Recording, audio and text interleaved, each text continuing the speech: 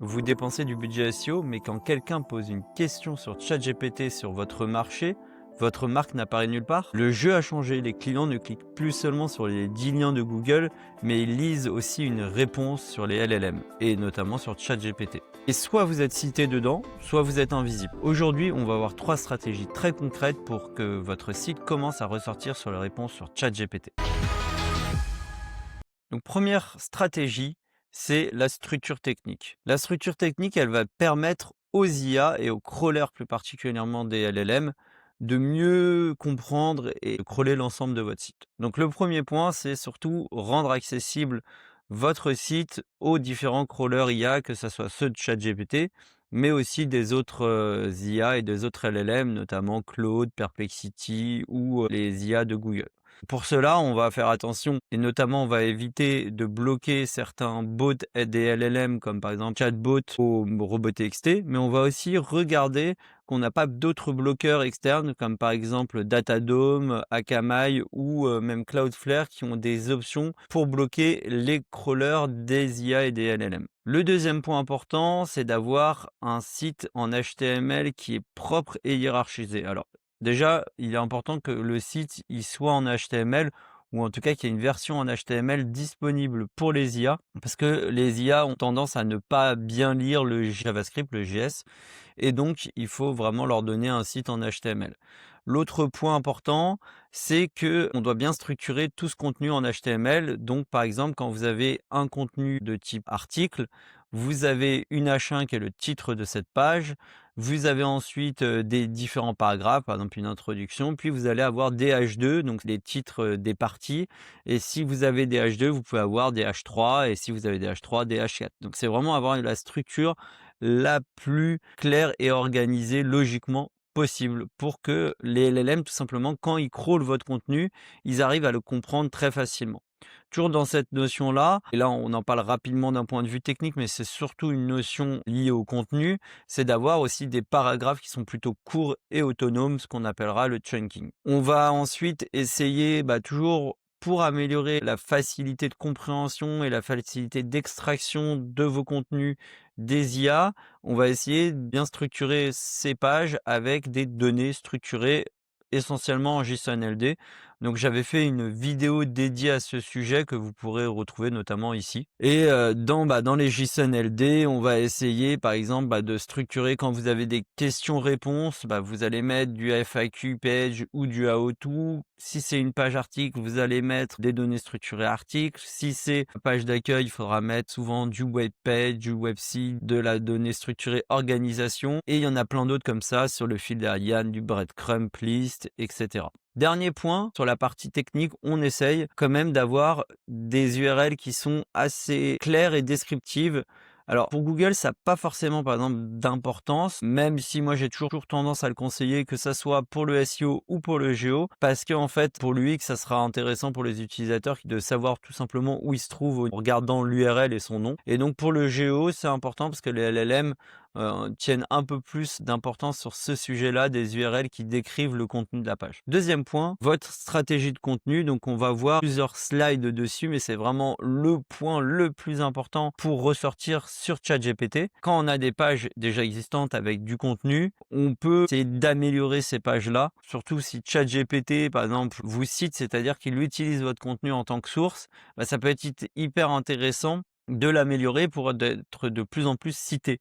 Et donc comment on fait? On va repasser sur ces contenus, on va utiliser des techniques que je vous explique après, mais on va utiliser certains éléments, on va rajouter des FAQ, on va rajouter des listes à puces, on va mettre des résumés des pages, on va avoir donc des paragraphes utilisant le principe du chunking, donc c'est-à-dire qui sont courts et autonomes, c'est-à-dire qu'ils vont pouvoir répondre en quelques lignes au sujet dont ils parlent et qu'ils n'ont pas besoin d'être reliés à d'autres paragraphes pour qu'on comprenne ce dont ils parlent. Toute cette partie-là, c'est vraiment de l'optimisation pour les LLM et on peut aussi rajouter des tableaux. Les LLM, ils adorent ce type de contenu-là parce que c'est très simple pour eux à comprendre, c'est très bien structuré et en fait, ils vont facilement les ingurgiter et facilement pouvoir les utiliser dans leurs réponses. Et donc, si on continue dans cette partie contenu, le but, ça va être de regarder ce qui est bien aimé et ce qui n'est pas apprécié par les LLM au niveau de ce contenu-là.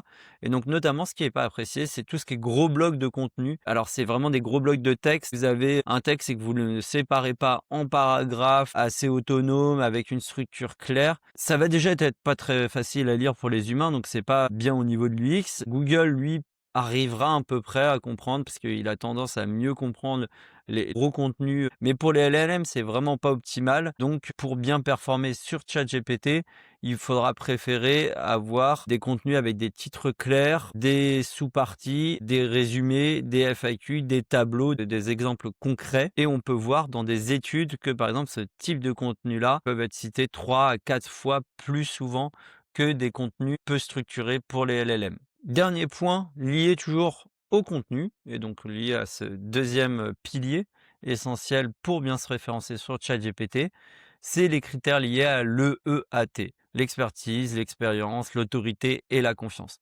Donc pareil, j'avais déjà fait une précédente vidéo que vous pouvez retrouver ici. Dans cette vidéo-là, on expliquait plus en détail, mais là, je vais vous reprendre en quelques lignes ce dont parle l'EEAT. Donc l'EAT, c'est une notion qui provient de Google à l'origine.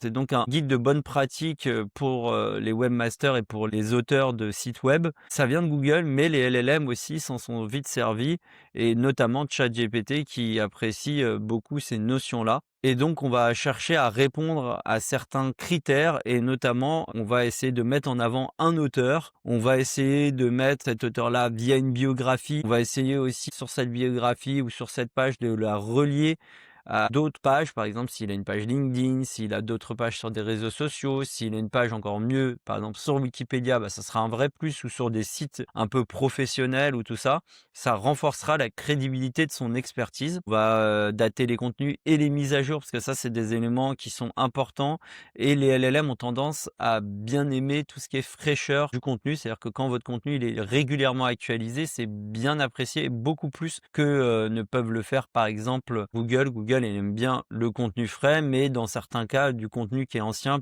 fonctionnera bien, alors que sur ChatGPT, on peut voir que c'est vraiment les contenus les plus frais en général qui ont tendance à fonctionner. On va aussi beaucoup mettre de sources et beaucoup plus, toujours que sur Google. Les sources sont hyper importantes. On va mettre des sources fiables, on va les citer. On peut les lister par exemple à la fin de votre article et ça va renforcer l'autorité et la confiance de votre article. Et enfin, on va essayer de montrer vraiment l'expertise qu'il y a dans ce contenu-là par des études de cas, des exemples concrets, des témoignages, et tout ça va permettre de renforcer toutes ces notions d'EAT sur votre compte. Le dernier point, il est lié à la notoriété et donc la notoriété externe. En SEO, on avait aussi un pilier de la notoriété qui est lui lié très aux backlinks, c'est-à-dire des liens que l'on va faire en externe depuis d'autres sites vers son site dans le but de renforcer la notoriété de notre site et de nos pages en faisant des liens depuis des sites de qualité. Et là, pour les LLM, c'est quand même bien différent et c'est une des plus grandes différences, notamment entre une stratégie GEO et SEO, c'est qu'ici, on va pas chercher à obtenir des liens, mais on va chercher à obtenir des mentions. Donc là, on va toujours chercher qu'on parle de nous, mais le but, ce sera vraiment de mettre en avant notre marque. Par exemple, si on parle d'un outil lié au GEO, que ça soit Mindex qui soit mentionné en premier. Et comme ça, en fait, Mindex risque d'être plus facilement mentionné par les LLM si on pose des questions liées aux outils GEO. Et donc, comment on va faire? C'est assez simple, en fait. Justement, avec notre outil Mindex, on peut, par exemple, regarder toutes les sources qui ont été utilisées par les IA pour répondre aux différents prompts qui ont été définis au début. Et donc, on va avoir une liste de sites qui peuvent être aussi bien votre site, vos concurrents, mais aussi des médias, du Wikipédia, des réseaux sociaux. Et l'objectif, ça va être d'apparaître dans ces médias, dans ces réseaux sociaux, voire essayer même dans certains cas de pouvoir créer une page Wikipédia pour être mentionné et donc pour renforcer toute cette notoriété externe. Donc avec Mindex, on peut voir ces sites-là, on peut même déterminer directement si on peut aller par exemple acheter certains contenus sur certains sites. Et ensuite, on va essayer de créer des contenus qui vont plaire aux IA et notamment des contenus de type comparatif et des tops. Ça, ChatGPT adore ce type de contenu-là. Donc, il va falloir citer votre marque, enfin mentionner exactement votre marque au début et ensuite, vous allez devoir par contre parler d'autres sites et notamment des concurrents qui soient plus ou moins directs. On va aussi essayer de créer des contenus assez originaux qui pourront être repris et donc copiés par d'autres sites web dans le but d'essayer d'avoir un peu des mentions naturelles. Ça peut être par exemple des études originales, des infographies, des statistiques et si on y arrive bien, bah, en fait, ça peut être repris par la presse qui va vous mentionner et donc ça pourra, par exemple, renforcer votre notoriété auprès de ChatGPT et des autres LLM. Un outil comme Mindex, peut vraiment vous servir sur toute cette partie-là parce qu'on voit les sources, on voit où c'est important d'être, présent parce que, par exemple, vos concurrents sont déjà mentionnés dedans et que vous ne l'êtes pas et grâce à ça, en fait, vous allez pouvoir petit à petit renforcer votre notoriété. Donc récapitulons, pour ressortir sur ChatGPT, il y a vraiment 3 gros piliers. Le pilier technique, hein, c'est favoriser le crawl des IA et notamment des bots d'OpenAI, avoir un site propre, avoir une bonne structure HTML, avoir des données structurées qui seront facilement compréhensibles et qui pourront être absorbées facilement par les bots de ChatGPT. Ensuite, tout un pilier lié au contenu, donc avoir des pages avec certains types d'éléments comme les FAQ, comme les tableaux, les citations, avoir des sources dedans, créer de nouveaux contenus qui peuvent aussi répondre aux prompts qui peuvent se poser sur ChatGPT. Donc voilà, s'il ne faut pas hésiter à créer des contenus dédiés à ça. Et le dernier pilier, c'est celui sur la notoriété externe. Donc on va aller regarder quelles sont les sources sur lesquelles nous on n'apparaît pas et sur lesquelles par exemple des concurrents apparaissent ou qui sont déjà utilisés en tant que source par les IA. Et là, on va rajouter la mention de notre marque pour essayer d'apparaître dessus. Et le mieux souvent, c'est d'apparaître dans des comparatifs, dans des tops, parce que ça, c'est vraiment apprécié par les IA. Si on fait ces stratégies-là, on peut réussir à performer sur ChatGPT. Et comme vous avez pu le voir, performer sur ChatGPT ou sur les autres LLM, c'est une bonne base de SEO, mais ça va souvent plus loin. C'est pas que du SEO, surtout sur la partie contenu et la partie notoriété où il faudra aller plus loin, avoir plus de textes de qualité et surtout des mentions sur la partie notoriété externe. Et donc, si vous voulez creuser ou monitorer votre visibilité sur ChatGPT, des outils comme Index existent. Merci d'avoir regardé cette vidéo et à bientôt.